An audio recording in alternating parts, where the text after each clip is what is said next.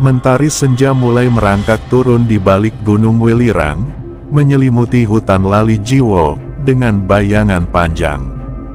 Raden Sambang, atau biasa disebut Joko Sambang, seorang pelaku spiritual dengan aura jenaka yang khas, tengah melakukan pendakian di Gunung Arjuna.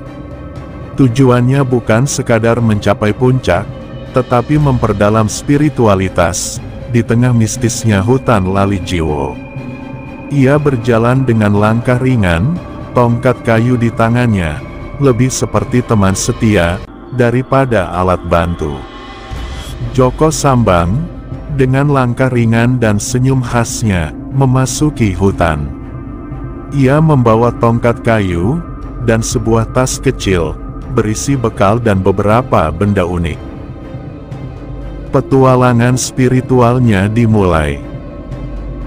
Sesampai di hutan Lali Jiwo, Joko Sambang berhenti sesaat. Ia merasa ada sesuatu yang ganjil. Sesaat kemudian, tiba-tiba muncul sosok pocong dari balik pohon besar. Kain kafannya compang-camping, menampakkan tulang-tulang kering di balik kain lusuh tersebut. "Siapa berani memasuki wilayahku?" kata pocong, dengan suara serak. Perlahan-lahan, Joko Sambang mendekati pocong tersebut, kemudian ia mengeluarkan sebotol minyak kayu putih, dari dalam tasnya. "Mas Pocong, kain kafannya sudah lusuh begini. Nanti masuk angin. Ini, saya punya minyak kayu putih. Wanginya harum, bisa bikin rileks.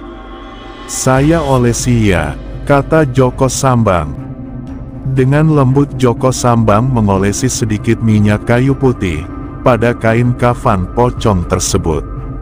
Aroma harum minyak kayu putih, yang bercampur dengan aroma tanah dan dedaunan, seakan menenangkan aura negatif, yang mengelilingi pocong tersebut. Pocong itu hanya terdiam, matanya menatap Joko Sambang dengan heran. Sesaat kemudian, pocong tersebut menghilang perlahan, seperti asap yang mengepul, kemudian tertiup angin. Bukan karena dikalahkan, tetapi karena aroma terapi yang diberikan Joko Sambang, membuatnya tenang dan rileks. Setelah pocong tersebut menghilang, Joko Sambang bergegas melanjutkan perjalanannya. Tetapi setelah beberapa saat Joko Sambang melangkah, tiba-tiba muncul kuntilanak, dengan rambut panjang terurai, dan berantakan, dengan wajah yang pucat pasi. Siapa berani mengganggu tidurku?" kata kuntilanak. Sambil mengeluarkan sebuah cermin kecil dari tasnya, Joko Sambang berkata, "Mbak Kunti, rambutnya berantakan. Ini, saya punya cermin. Coba dirapikan dulu rambutnya, biar nanti kelihatan lebih cantik. Gimana kalau kita foto selfie? Nanti saya upload ke Instagram. Pasti nanti banyak yang like." Joko Sambang memberikan cermin dan sisir kepada kuntilanak tersebut. Dengan sedikit ragu, kuntilanak tersebut menerima pemberian Joko Sambang. Kemudian ia melihat bayangan dirinya yang pucat, dan rambutnya yang berantakan, di cermin tersebut. Kuntilanak itu pun kaget melihat bayangan dirinya, kemudian ia menghilang dengan gerakan melayang, seolah ingin segera merapikan penampilannya. Setelah makhluk-makhluk pengganggu itu pergi, Joko Sambang diam sejenak. Ia mengamati sekeliling. Ia berencana untuk istirahat sebentar, sambil minum kopi. Namun belum sempat ia istirahat, tiba-tiba muncul sosok hitam besar.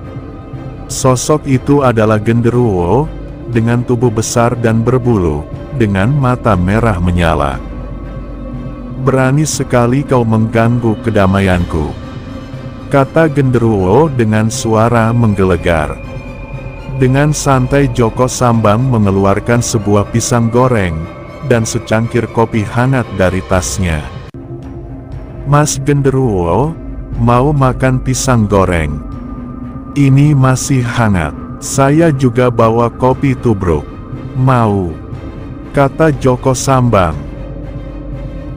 Aroma pisang goreng yang menggugah selera, dan aroma kopi yang harum, menciptakan suasana yang nyaman dan menenangkan.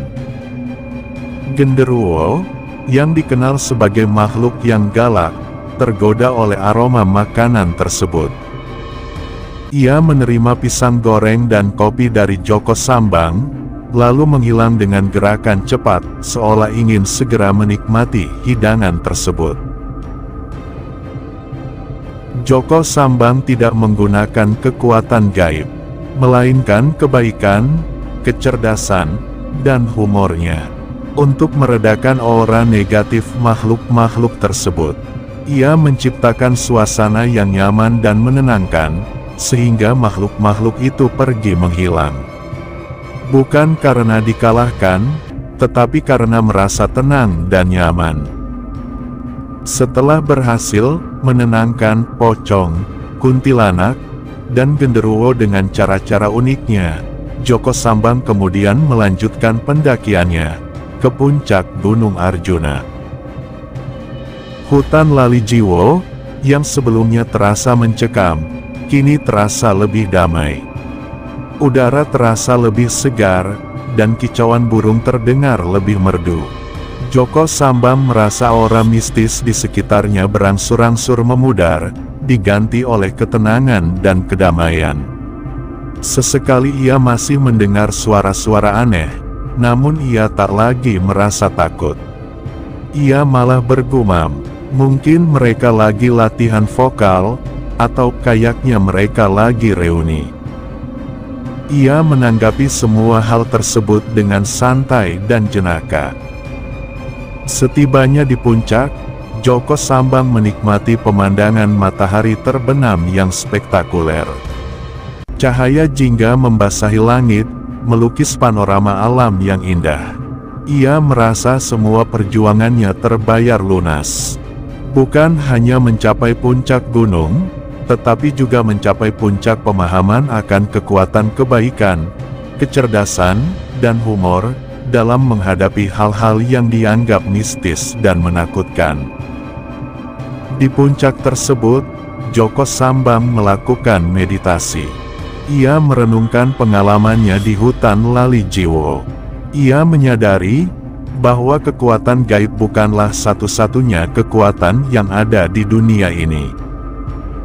Kebaikan hati, kecerdasan, dan humor juga memiliki kekuatan yang luar biasa. Kekuatan tersebut mampu meredakan ketakutan, menenangkan hati yang gelisah, dan bahkan mengubah persepsi terhadap hal-hal yang dianggap buruk. Setelah meditasi, Joko Sambang turun gunung dengan hati yang lebih tenang dan damai. Ia membawa pulang pengalaman berharga, bukan berupa harta benda, tetapi berupa pelajaran hidup yang berharga. Ia menyadari bahwa kehidupan ini penuh dengan misteri, namun kebaikan dan kecerdasan adalah kunci untuk menghadapi semua tantangan dan misteri tersebut. Kisah petualangan Joko Sambang di hutan Lali Jiwo menjadi legenda tersendiri, sebuah kisah tentang bagaimana humor dan kebaikan hati mampu menaklukkan ketakutan dan kejahatan.